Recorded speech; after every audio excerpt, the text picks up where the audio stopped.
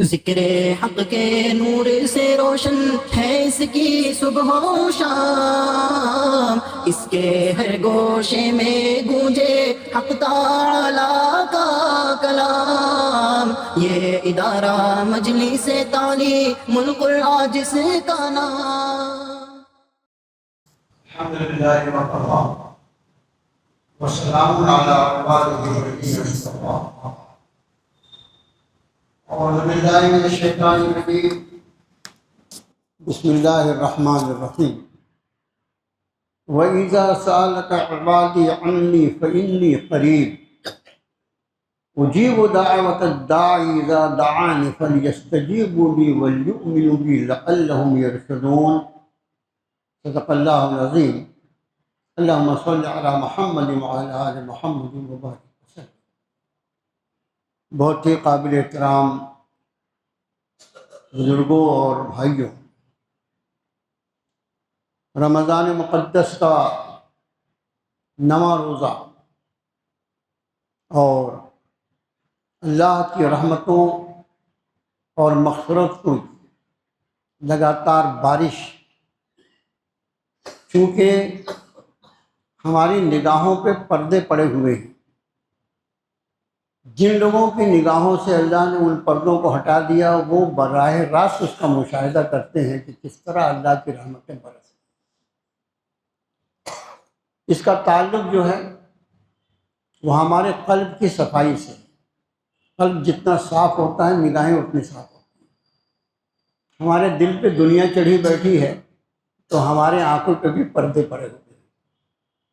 آج میں نے جو آیت شریفہ آپ کو پڑھ کر سنا ہے سورہ بقرہ کی وہ آیت ہے جہاں پر روزوں کی فرضیت کا تذکرہ قرآن شریف میں ہے۔ پورا ایک رکوع ہے جہاں پر روزے کے مسائل بیان فرما، اور اس کے درمیان میں یہ آیت۔ اس آیت شریفہ کا شان نزول جو مفسرین نے بیان فرمایا ہے وہ یہ، حضرت صحابہ کرام رضوان اللہ تعالی علیہم اجمعین اللہ اور اس کے رسول صلی اللہ علیہ وسلم کا انتہائی ادب کرنے والے۔ ادب، یہ ادب کا لفظ جو ہے اب ہمارے یہاں صرف لغت میں پایا جاتا ہے، ہم کو ادب کس کو کہتے ہیں یہ معلوم ہی نہیں۔ وہ اس درجے میں اللہ اور اس کے رسول صلی اللہ علیہ وسلم کا، دونوں کا میں کہہ رہا ہوں، بارگاہ رسالت میں وہ بیٹھتے تھے تو خود صحابہ کا بیان ہے کہ ہم اتنے ساکت اور جامد بیٹھتے تھے جیسے ہمارے سروں پہ پرندے بیٹھے ہوئے۔ ظاہر ہے کہ پرندہ ذرا بھی آدمی ہلا تو پرندہ اڑ جائے گا، تو اتنے ساکت اور جامد بیٹھتے تھے آپ کی خدمت میں۔ ہم کو تو نماز میں بھی صحیح طریقے سے بیٹھنا اور کھڑا رہنا نہیں، ہم نماز میں بھی ہلتے جلتے رہتے۔ وہ بارگاہ رسالت میں اتنے ادب اور احترام تھے۔ اب ان کو یہ لگا کہ ہم جو دعا کرتے ہیں اپنے رب سے، کہیں ایسا نہ ہو کہ ہمارے دعا کرنے میں رب کائنات کی کوئی بے ادبی ہو جائے۔ اس لیے انہوں نے سوال کیا کہ اللہ کے رسول صلی اللہ علیہ وسلم ہم اپنے رب سے کیسے دعا کریں؟ دھیمی آواز میں، آہستہ آہستہ، یا زور کی آواز میں؟ کیسے دعا کریں؟ ہمارا رب کہاں ہے، ہم سے کتنی دور ہے؟ ہماری آواز وہاں تک پہنچانے کا کیا طریقہ ہو؟ آہستہ آہستہ ہم بولیں یا زور زور سے بولیں؟ اتنا پیار آیا رب کو اپنے بندوں کے اس سوال پر کہ ان کے سوال کے ساتھ جواب مرحمت فرمائے۔ دیکھیے ایک تو جواب ہوتا ہے کہ کسی نے کچھ پوچھا اس کا مسئلہ بتا دیا گیا، لیکن ایک یہ کہ سوال کرنے والے کے سوال کو دوہرا کے جواب فرمائے۔ وَإِذَا سَأَلَكَ عِبَادِي عَنِّي فَإِنِّي قَرِيبٌ۔ اور جب آپ سے سوال کرتے ہیں نبی صلی اللہ علیہ وسلم میرے بندے میرے بارے میں، میں تو قریب، میں تو قریب، یہ میں تو قریب ہوں، اس کی تھوڑی سی تشریح انشاءاللہ میں آپ کو اور بعد میں کر کے بتاتا ہوں کہ بندے جو سوال کر رہے ہیں ان بندوں کا تذکرہ فرمائے۔ وَإِذَا سَأَلَكَ عِبَادِي، اور جب سوال کرتے ہیں آپ سے، پوچھتے ہیں آپ سے میرے بندے، عنی میرے بارے میں، انی قریب، بے شک میں تو قریب ہوں۔ اجیب دعوت الداعی اذا دعان، میں قبول کرتا ہوں دعا کرنے والے کی دعا جب جب وہ دعا کرے۔ یہ قرآن کے الفاظ ہیں، حرف آخر، لا تبدیل لکلمات اللہ، اللہ کے کلمات میں کوئی تبدیلی نہیں ہو سکتی۔ میں قریب ہوں، اور اس کے بعد اجیب دعوت الداعی اذا دعان، میں قبول کرتا ہوں دعا کرنے والی کی دعا جب جب وہ مجھ سے دعا کرے۔ وَلْيَسْتَجِيبُوا لِي، پھر میرے بندوں کے ذمے یہ ہے کہ وہ میرے احکام کو قبول کریں۔ وَلْيُؤْمِنُوا بِي، اور مجھ پر بھروسہ کر لیں، مجھ پر ایمان لے آئے، مجھ پر یقین کر لیں، لعلہم یرشدون، تاکہ وہ ہدایت۔ میرے بھائیوں، یہ میں نے جو عرض کیا کہ اس کی ایک اور تشریح ہے۔ قرآن شریف میں اور بھی کئی آیتیں ہیں جو سوال کے جواب میں نازل ہوئی، اور ان سب آیتوں کے مقابلے میں اس آیت کی خصوصیت وہ آپ انشاءاللہ محسوس فرمائیں گے۔ جیسے لوگوں نے پوچھا یسألونک عن الأحلة، لوگ آپ سے نئے چاند کے بارے میں پوچھتے ہیں، یہ کیا ہوتا ہے؟ چاند ڈوبتا ہے، نکل جاتا ہے، غائب ہوتا ہے، باریک ہوتا ہے، کیا ہے؟ یسألونک عن الأحلة، لوگ آپ سے نئے چاند کے بارے میں پوچھتے ہیں۔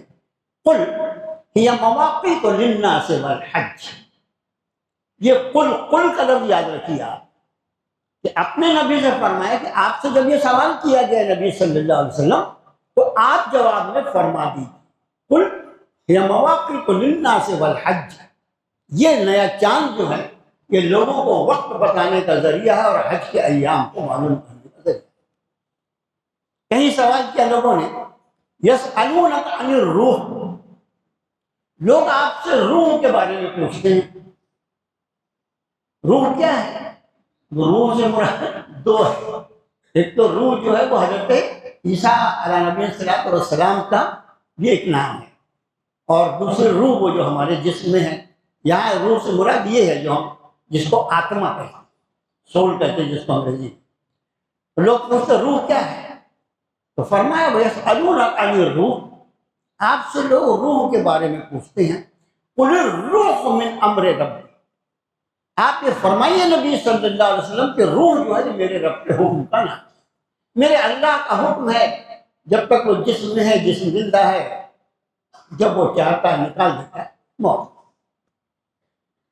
ان دونوں آیتوں میں جو میں نے آپ کو چاند کے بارے میں اور روح کے بارے میں سنا ہے، اس میں خاص بات آپ دیکھیں کہ سوال ہے اور اس کے بعد رب کائنات کی طرف سے حکم ہے قل، آپ فرمائیے اے نبی صلی اللہ علیہ وسلم۔ اس آیت شریفوں میں جو میں نے آپ کو پڑھ کر سنا اس میں بھی سوال ہے، وَإِذَا سَأَلَكَ عِبَادِي عَنِّي، اور جب پوچھتے ہیں آپ سے میرے بندے میرے بارے میں، تو جو طریقہ ہے قرآن کا کیا ہے کہ جب سوال کا جواب دیا جاتا ہے تو آپ رب کائنات فرماتے ہیں آپ فرمائیے نبی صلی اللہ علیہ وسلم۔ لیکن مفسرین فرماتے ہیں یہ ایک ایسی آیت ہے جہاں رب نے قل نہیں ارشاد فرمایا، جب میرے بندے آپ سے میرے بارے میں پوچھتے ہیں تو میں قریب ہوں، یہ نہیں فرمایا کہ آپ کہیے کہ میں قریب ہوں۔ اور اس کی وجہ جو بیان فرمائی وہ بڑی مفسرین کے بڑا عجیب نقطہ ہے۔ اس کا معنی یہ ہے کہ جو سوال کر رہا ہے اس کو یہ معلوم ہونا چاہیے کہ وہ تو سوال نبی کریم صلی اللہ علیہ وسلم سے کر رہے ہیں، لیکن اس سوال کو میں براہ راست سن رہا ہوں۔ جو کچھ تمہارے زبان سے نکلے وہ تو بہت آگے کی بات ہے، زبان سے کوئی لفظ نکلے وہ تو الگ بات ہے، کوئی لفظ زبان سے نہ نکلے، آدمی بغیر آواز کے بھی اگر کوئی بات بولے، صرف زبان اور ہونٹ کی حرکت ہو، وہ بھی میرا رب جانتا اور سنتا ہے۔ اور اس سے بھی زیادہ آگے کی بات جو سورہ قاف میں فرمائی، آیا تمہارا رب شان والا رب ہے، یعلم ما توسوس بہ نفسہ، تمہارا اس انسان کے نفس میں، اس کے دل میں جو خیال آتا ہے وہ بھی اس کو جانتا ہے۔ ظاہر ہے خیال جو ہے وہ الفاظ کا جامع پہنے گا جب لوگوں کو معلوم ہو، لیکن صرف تیرے دل میں جو خیال آیا، اس کا معنی یہ کہ اللہ کو اس طرح بھی پکارا جائے کہ زبان حرکت نہ کرے، ہونٹ حرکت نہ کریں، صرف دل میں بھی اگر اس کو پکارا جائے تو وہ سننے والا ایسا۔ اب اصل مضمون جو ہے میرے بھائیو وہ ہے دعا۔ دیکھو مسلمانوں میں سب سے اہم ترین جو چیز ہے جس پر توجہ دینی ہے وہ ہے عقیدہ، عقیدے کی درستگی۔ عقیدے کی خرابی کہاں سے آئی؟ عقیدے کی خرابی، اس عقیدے کی خرابی کی ایک بڑی بنیاد، بہت بڑی بنیاد جو ہے وہ یہ کہ ہمارے دل میں یہ بات، ہمارے ذہن میں یہ بات بٹھائی گئی کہ ہماری دعائیں جو ہیں، کیونکہ ہم گنہگار لوگ ہیں، ہم گنہگار ہیں، اس میں تو کوئی شک نہیں، ہمارے گنہگار ہونے میں کوئی دو رائے نہیں ہے، لیکن ہماری گناہیں ہماری دعاؤں کی قبولیت میں روڑا بن جاتی ہیں، رکاوٹ بن جاتی ہیں۔ یہ بات مسلمانوں کے ذہن میں بٹھائی گئی، تیری دعا اتنے کالے کر دوں تیری دعا قبول ہوگی، اسی اللہ کے اچھے نیک بندے سے دعا کرا جائے۔ اب اس نے پھر پیروں کا چکر لگانا شروع کیا، پیر صاحب میرے لیے دعا کر دو، منگل صاحب میرے لیے دعا کر دو۔ اور جب یہ آوارہ گردی چلی تو پھر زندوں سے دل بھر گیا، مردوں کے قبروں پہ جا کے آواز دینے لگا میرے لیے دعا کر دو، تم اللہ کے نیک بندے۔ ان کا نیک ہونا اس میں کوئی شک نہیں، ان کا اللہ کا قریبی بندہ ہونا اس میں کوئی شک نہیں، لیکن میری دعا کی قبولیت کے لیے ان کی ضرورت، یہ دنیا کا سب سے بڑا جھوٹ، یہ جھوٹ ہے کہ میری دعا قبول نہیں ہوتی۔ اگر میں مومن ہوں، اگر میں نے ایمان قبول کیا ہے تو قرآن پاک کی روشنی میں دیکھو ذرا کیا ہے دعا کی حقیقت۔ رب تعالیٰ فرماتے ہیں اَمَّن يُجِيبُ الْمُضْطَرَّ إِذَا دَعَاهُ وَيَكْشِفُ السُّوءَ وَيَجْعَلُكُمْ خُلَفَاءَ الْأَرْضِ أَإِلَٰهٌ مَّعَ اللَّهِ قَلِيلًا مَّا تَذَكَّرُونَ۔ بھلا وہ کون ہے جو دل بے قرار کی پکار کو سن لیتا ہے؟ اَمَّن يُجِيبُ الْمُضْطَرَّ إِذَا دَعَاهُ، وہ ٹوٹا ہوا دل، وہ تڑپتا ہوا دل، وہ بچتی ہوئی آنکھیں، وہ کانپتا ہوا بدن جو اپنے رب کو پکارتا ہے، کون ہے جو اس کی پکار کو سنتا ہے؟ فرمایا اَمَّن يُجِيبُ الْمُضْطَرَّ إِذَا دَعَاهُ وَيَكْشِفُ السُّوءَ، اور پھر اس کی تکلیف کو دور کرتا ہے، وَيَجْعَلُكُمْ خُلَفَاءَ الْأَرْضِ، پھر تمہیں زمین میں برتنے کا موقع عطا فرما دیتا ہے۔ جس تکلیف کے بعد تم نے سمجھا تھا کہ اب اس کے بعد موقع نہیں ملے گا، اب تو میرا آخری وقت آ گیا ہے، جب تم تڑپ کے اپنے رب سے مانگتے ہو تو تمہاری تکلیف کو دور کر دیتا ہے، پھر سے موقع عطا فرماتا ہے۔ تم بار بار ٹوٹتے ہو اور وہ تم کو جوڑتا رہتا ہے۔ کون سی ذات ہے وہ اللہ کے سوا؟ پھر خود ہی اس آیت میں سوال کیا اَإِلَٰهٌ مَّعَ اللَّهِ، اَإِلَٰهٌ مَّعَ اللَّهِ، کیا کوئی اور بھی معبود ہے اللہ کے ساتھ؟ یہ مع جو ہے نا، یہ مع یہ ساتھ، جو ماہر وغیرہ لکھتے ہیں نا دعوت کے کام، وہ ماں ہے عربی زبان کا۔ اِلَٰهٌ مَّعَ اللَّهِ، کہ اللہ کے ساتھ کوئی اور بھی معبود ہے؟ قَلِيلًا مَّا تَذَكَّرُونَ، بہت ہی کم۔ یہ آیت شریفہ دیکھیے جس میں رب نے ارشاد فرمایا وَقَالَ رَبُّكُمُ ادْعُونِي أَسْتَجِبْ لَكُمْ، اور فرمایا تمہارے رب نے دعا مجھ سے کرو میں تمہاری دعا کو قبول کروں گا۔ قرآن کا انکار ہے اگر کوئی کہے کہ میری دعا قبول نہیں، قرآن کا انکار کہتے ہیں قرآن سے تعلق دو، کوئی کہے بہت دعا کر رہا ہوں میری دعا قبول، دعا کی قبولیت کی کچھ شرائط ہے، دعا کی قبولیت کی کچھ شرائط ہے، ان شرائط کے ساتھ دعا کی جائے۔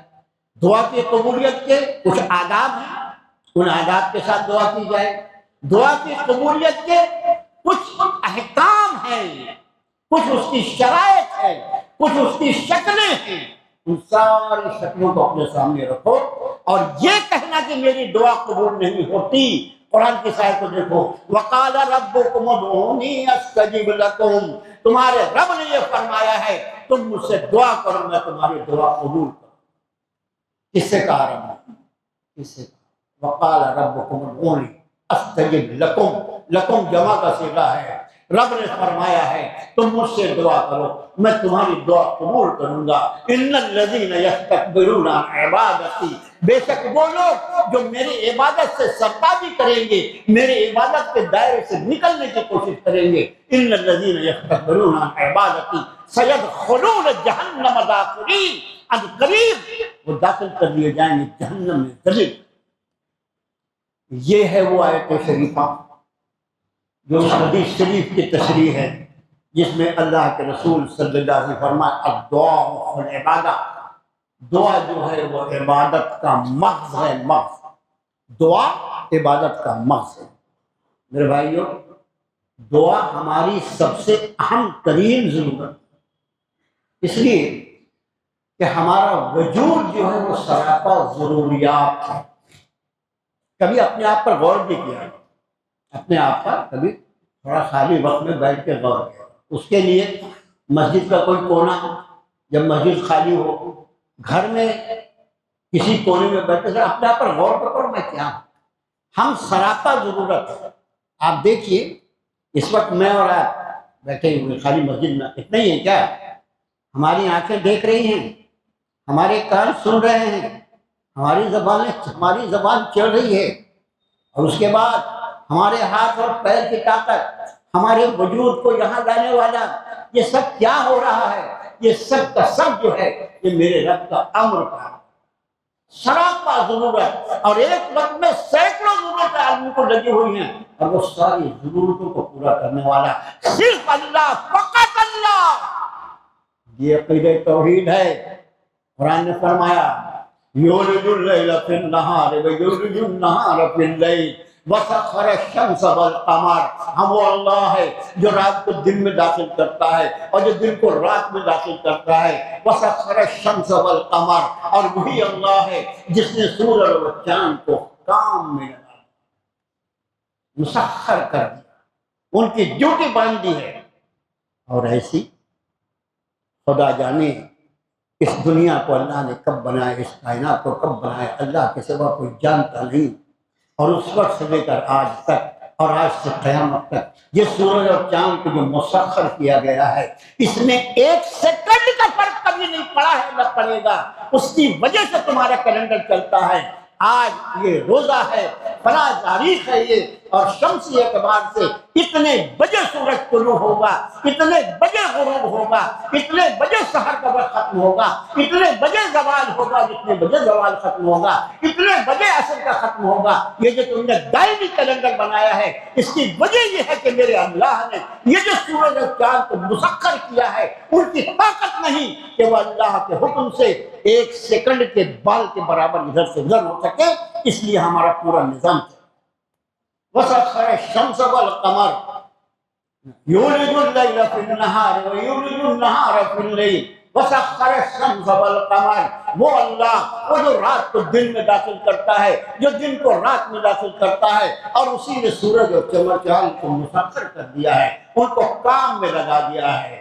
اور پھر یہ جو سورج اور چاند جو ہیں یہ ہمیشہ کے لیے نہیں، کل یجری لاجل مسمى، کل یجری لاجل مسمى، یہ سب کے سب جاری ہیں. یہ یجری کا ترجمہ میں جاری اس لیے کر رہا آپ کے ذہن میں رہ جائے. کل یجری لاجل مسمى، یہ سب کے سب ایک مخصوص مدت تک کے لیے ہے، ہمیشہ کے لیے نہیں.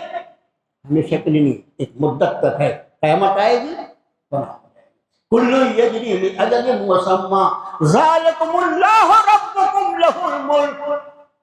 یہ ہے اللہ، یہ ہے اللہ تمہارا رب جس کی حکومت ہے. والذین تدعون من دونہ ما یملکون من قطمیر، اور اس اللہ کے سوا تم جن کو پکارتے ہو، یہ قرآن کا اعلان ہے. سورہ فاطر 22واں پارہ، سورہ فاطر کا کمال ہے کہ اسی آیت کو وہ 52 پارہ ہوتا ہے، 22ویں کا کھول کے دیکھ لینا. رب نے فرمایا والذین تدعون من دونہ ما یملکون من قطمیر، اور اس اللہ کے سوا تم جن سے دعا کرتے ہو، تم جن کو پکارتے ہو، ان کا اختیار کسی کھجور کے چھلکے پر بھی نہیں. کھجور کا چھلکا نہیں بلکہ کھجور کی جھلک. قطمیر لفظ جو ہے کھجور تو ماشاءاللہ روزانہ استعمال ہو رہی ہے۔ کھجور میں کیا اللہ نے اس کو پیدا کیا ہے، کیا اللہ کی عطا ہے وہ، اس کو جب آپ کھولتے ہیں، گٹھلی اور کھجور، گٹھلی اور کھجور کے بیچ میں ایک باریک جھلی ہے، وہ جھلی کبھی ہم کھا جاتے ہیں اور کبھی وہ جھلی جب ہم کھجور کو پھاڑے تو وہ اسی گٹھلی پہ لگی رہتی ہے، وہ اس پر طرف کوئی توجہ نہیں جاتی۔ یہ باریک جھلی جو کھجور کی گٹھلی پہ لگی ہوتی ہے، اس کو عربی میں قطمیر کہتے ہیں، اور اسی قطمیر کی وجہ سے ہمارے یہاں اس کے بارے میں سامان کو بھی قطمیر بولنا شروع کر، تو اصل میں اسے قطمیر، اور قطمیر کیا ہے؟ یہ کھجور کی گٹھلی پر لگی باریک جھلی۔ والذین تدعون من دونہ ما یملکون من قطمیر، اللہ کے سوا تم جن کو پکارتے ہو ان کا اختیار کسی کھجور کی جھلی پر بھی نہیں چلتا۔ ان تدعوہم لا یسمعوا دعاءکم، اگر تم انہیں پکارو وہ تمہاری دعا سنتے ہیں۔ ان تدعوہم لا یسمعوا دعاءکم، اگر تم انہیں پکارو وہ تمہاری دعا سنتی نہیں۔ وَلَوْ سَمِعُوا مَا اسْتَجَابُوا لَكُمْ، اور اگر وہ سن بھی لے، نہیں سنتے اس لیے کہ اللہ نہیں سناتا، لیکن اگر سنا بھی، وَلَوْ سَمِعُوا مَا اسْتَجَابُوا لَكُمْ، وہ تمہاری دعا قبول نہیں کر سکتے۔ وَيَوْمَ الْقِيَامَةِ يَكْفُرُونَ بِشِرْكِكُمْ، اور قیامت کے دن تمہارے شرک کا انکار کریں۔ تم پوچھتے ہو کہ اللہ کے غیر سے دعا کرنا کیسا ہے؟ قرآن کہہ رہا ہے، مفتی کا فتویٰ نہیں، یہ تمہارے رب کا فتویٰ ہے۔ وَيَوْمَ الْقِيَامَةِ يَكْفُرُونَ بِشِرْكِكُمْ، اور قیامت کے دن وہ تمہارے شرک کا انکار کر رہی ہیں۔ جو تم نے اللہ کے غیر سے دعا کی تھی، جب انکار تمہارا سامنا ہوگا حشر کے میدان میں، یہ کہہ دیں گے ہمیں پتہ ہی نہیں انہوں نے کب ہم کو پکارا تھا، کب ہم سے دعا کی تھی۔ وَيَوْمَ الْقِيَامَةِ يَكْفُرُونَ بِشِرْكِكُمْ، اور قیامت کے دن تمہارے شرک کا انکار کر دیں گے۔ وَلَا يُنَبِّئُكَ مِثْلُ خَبِيرٍ، اس خبر دینے والے کی طرح تمہیں کوئی خبر نہیں۔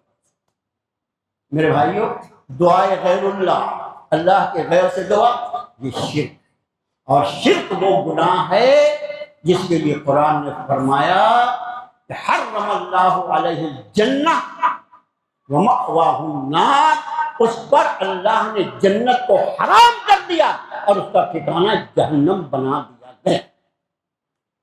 دعائے غیر، اب دعا قبروں پہ جا کے غیر اللہ سے دعا کرو۔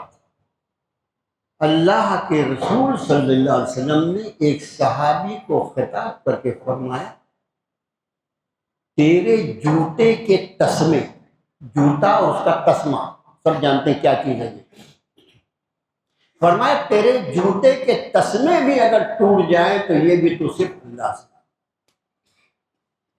یہ آخری بات، حدیث شریف کی آخری بات، تیرے جوتے کے تسمے بھی ٹوٹ جائیں تو صرف اللہ سے۔ یہ ماہ محرم چونکہ دعاؤں کے قبولیت سے خاص تعلق ہے، اس لیے میں نے اس دعا کو آج مان رہا ہے۔ اب دعا کے میرے بھائیوں کچھ فائدہ، دعا کی قبولیت میں جو چیز سب سے بڑی رکاوٹ بنتی ہے وہ ہے رزق حرام۔ رزق حرام کے ساتھ کبھی دعا قبول نہیں ہو سکتی، اور اپنے رزق پر نگاہ ہم ڈالنے کو تیار، ہم کو تو جو ملے کھا لیتے، اور پھر بہت زیادہ جسارت، بدل کے نام بدل کے ہم سمجھتے ہیں کہ کسی چیز کو، انہیں سود کہیں گے تو لوگ بولیں گے سود کھاتا ہے، اس کو ڈویڈنڈ کہنا شروع کر دیں۔ حرام، لقمہ حرام، یہ دعا کی قبولیت میں سب سے بڑی رکاوٹ ہے۔ تم اپنے رزق کو 100% حلال کر لو، تمہاری کوئی دعا قبول ہونے سے نہیں رہ جائے گی، اس لیے کہ تمہارے رب نے یہ فرمایا ہے وقال ربکم ادعونی استجب لکم، تمہارے رب کا ارشاد ہے مجھ سے دعا کرو میں تمہاری دعا قبول کروں۔ یہ شرائط کون بتائے گا؟ یہ شرائط بتائیں گے جناب رسول اللہ صلی اللہ علیہ وسلم۔ دوسری بات، دعا میں اللہ کے نبی صلی اللہ علیہ وسلم نے ارشاد فرمایا دعا کی قبولیت کے 3 قسمیں، 3 شکلیں ہوتی ہیں۔ کبھی کبھی تو یہ ہوتا ہے کہ جو مانگا وہ مل گیا اور ہم اسی کو دعا کی قبولیت سمجھتے ہیں، دیکھو ہم اپنے لیے کیا مانگ رہے ہیں، یہ آنے والے کل میں ہمارے لیے کتنا مفید ہے یا کتنا نقصان دہ ہے، یہ صرف اللہ جانتا ہے، اللہ کے سوا کوئی۔ یہ ہمارا ایمان ہونا چاہیے۔ ایک چیز کو ہم آج مفید سمجھ رہے ہیں اور میرا اللہ جانتا ہے کہ آنے والے کل میں اس کے لیے نقصان دہ ہے۔ میں مانگ رہا ہوں مولا سب اتنے دن سے 2 ویلر چلا رہا ہوں، 4 ویلر بھی دے دیجیے نا، بہت دن سے بڑا ہو گیا 4 ویلر ہو، اور میرا رب جانتا ہے یہ 4 ویلر ہاتھ میں آئے گی تو 4 کو لے جا کر ٹھوکے گا اور جا کے اندر ہو جی۔ میں کیا مانگ رہا ہوں، اس کے کیا اثرات میرے مستقبل پر پڑنے والے، میرے اللہ کے سوا کوئی نہیں۔ تو آپ صلی اللہ علیہ وسلم فرمایا، وہ حدیث شریف کا مفہوم ہے، ایک شکل یہ ہوتی ہے کہ جو مانگا گیا وہ مل جائے، آدمی بول رہا میری دعا قبول ہو گئی قبول ہو گئی۔ فرمایا دوسرا وہ ہے کہ اس کی دعا کے سبب وہ تو نہ دیا جائے جو اس نے مانگا، اس لیے کہ وہ اس کے لیے مفید نہیں ہے، لیکن اس کی دعاؤں کی برکت سے اللہ تعالیٰ اس کی مصیبتوں کو ٹالتا ہے۔ اب مجھے تو معلوم نہیں کون سی مصیبت آنے والی تھی اور کون سی مصیبت ٹل گئی، لیکن آدمی مشاہدہ کرتا رہتا ہے اپنی زندگی میں، اگر آنکھ کھول کے جیے کہ کتنی مرتبہ ایسے واقعات پیش آتے ہیں، ایسا لگتا ہے کہ میں بال بال بچ گیا، بچ نہیں گیا، کوئی بچتا نہیں، بال بال بال بال بچا لیا گیا، میرے اللہ نے مجھے بچا دیا۔ میں نے کچھ دعائیں کی تھی، ان دعاؤں کے بدلے میں میرے اللہ نے میری مصیبت کو ہٹا دیا، ورنہ میرے ہاتھ پر ٹوٹ کے میں بستر پہ چلا۔ دوسری شکل حدیث میں، اور تیسری شکل تو عجیب و غریب ہے۔ سرکار نے فرمایا اگر یہ بھی نہیں، یہ دونوں شکلیں بھی نہ ہو، چونکہ رب کا وعدہ ہے، چونکہ رب کا یہ وعدہ ہے کہ تم مجھ سے دعا کرو میں تمہاری دعا قبول کروں گا۔ ان اللہ لا یخلف المیعاد، اللہ کبھی اپنے وعدے کے خلاف کرتے ہی نہیں۔ جب انہوں نے وعدہ فرمایا تو کیسے ہو سکتا ہے کہ بندے نے دعا کی اور اس کی دعا قبول نہیں ہوئی؟ آپ نے فرمایا تیسری شکل یہ کہ جن دعاؤں کی کوئی شکل دنیا میں ظاہر نہیں ہوئی، فرمایا اس کے بدلے میں اس کو حشر کے میدان میں زبردست اجر اور ثواب سے نوازا جائے گا۔ اور کیسا ثواب ہوگا، وہ کیسی نیکیاں ہوں گی؟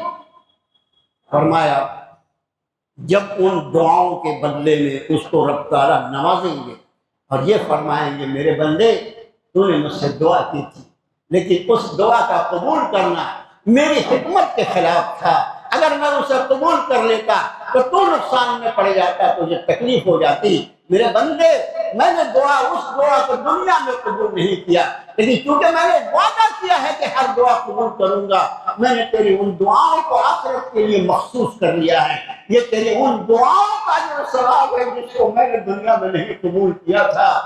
حدیث شریف کا آخری حصہ سرکار نے فرمایا ان اجر اور ثواب کو دیکھ کر بندہ یہ تمنا کرے گا کاش دنیا میں میری کوئی دعا قبول ہی نہ ہوئی، اتنا زبردست اجر اور ثواب۔ اب مجھے بتاؤ قرآن کی وہ آیت وقال ربکم ادعونی استجب لکم، تمہارے رب نے فرمایا دعا مجھ سے کرو میں تمہاری دعا قبول کروں گا۔ پھر نبی محترم صلی اللہ علیہ وسلم کی یہ تشریح کہ دعا کی قبولیت کی 3 شکلیں ہیں، اور اس کے بعد اگر کوئی مسلمان کہے میری دعا قبول نہیں ہوتی، اس کا کہنا کیسا؟ یہ مفتی صاحب سے پوچھنا جاتے ایسا اگر کوئی کہتا ہے تو کیسا؟ میرے بھائیو دعا کے آداب میں قرآن میں ایک اور بات بیان کی، جہاں جہاں کئی مرتبہ کئی آیتیں ہیں، وقت نہیں ہے، تضرعا وخفیا، تضرعا وخفیا، گڑ گڑا کر اور چپکے گڑ گڑا کر۔ ہم لوگ دعا کرتے نہیں ہیں، ہم لوگ دعا پڑھتے ہیں۔ یہ میں نہیں کہہ رہا، حضرت مولانا پیر ذوالفقار رحمۃ اللہ علیہ جن کے بھی جلدی وفات ہوئی، انہوں نے اپنے بیان میں فرمایا ہم لوگ دعا پڑھتے ہیں۔ ربنا آتنا فی الدنیا حسنۃ وفی الآخرۃ حسنۃ وقنا عذاب النار ربنا لا تزغ قلوبنا بعد إذ ہديتنا۔ یہ دعا کرتے، دعا ہے۔ قرآن نے کہا گڑ گڑا کر۔ میرے بھائیو یہ جو دعا کرنے کا ہمارا انداز ہے ادب کے خلاف، ادب کے خلاف دعا۔ حضرت نے یہ بیان فرمایا کہ تم کسی اس بھکاری کو دیکھو جو تم سے 5 روپے کا سوال کرنے کے لیے تمہارے سامنے کھڑا ہوتا ہے، اس بھکاری کے کھڑے رہنے کا انداز دیکھو، وہ تمہارے طرف کیسی نگاہوں سے دیکھتا ہے، کس طرح ہاتھ پھیلاتا ہے۔ 5 روپے کے سوال کے لیے یہ سراپا سوال بن جاتا ہے، اور تم اپنے رب سے دنیا اور آخرت کی بھلائیاں مانگتے ہو، اور تمہارے اوپر کہیں بھکاری پن کا احساس نہیں ہوتا۔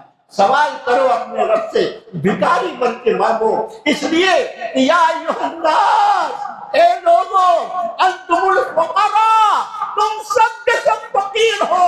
اپنی دعا میں اپنے اوپر فقیری کا انداز لا لو، اپنے اندر سوالی کا انداز لا لو، اپنے اندر بھیک مانگنے کا انداز لا لو، پھر دیکھو تمہاری دعائیں کیسے قبول کی جاتی ہے۔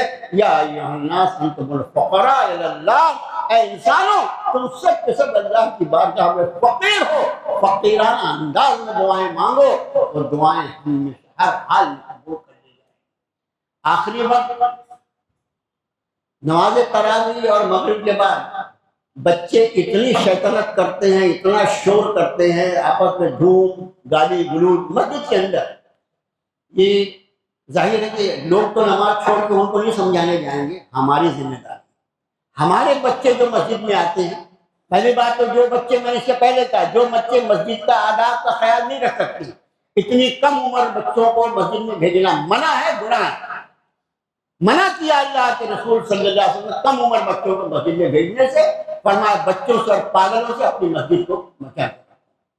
اب جو بڑے بچے ہیں اور جو ماحول بنا ہوا ہے کہ رمضان یعنی اچھلنے کودنے کا دن، اپنے بچوں کو سمجھائیں کہ بیٹا وہ اللہ کا گھر ہے، اور جس کے گھر میں جا رہے ہو اگر اس ذات کی بے ادبی کرو گے تو نتائج اچھے نہیں۔ بچوں کو ہم اپنے بچوں کو سمجھا کے دیں، مسجد ادب اور احترام کی جگہ ہے۔ آج بچپن میں ہم ان کو اگر مسجد کا ادب سکھلائیں گے تو انشاءاللہ بڑے ہو کے ادب کرنے والے بنیں گے اور مسجد آباد کریں گے۔ اور آخری بات پھر سے عرض کروں کہ ماہ مکرم میں اخراجات بڑھ جاتے ہیں، آپ سے مؤدبانہ گزارش ہے کہ اپنے کام میں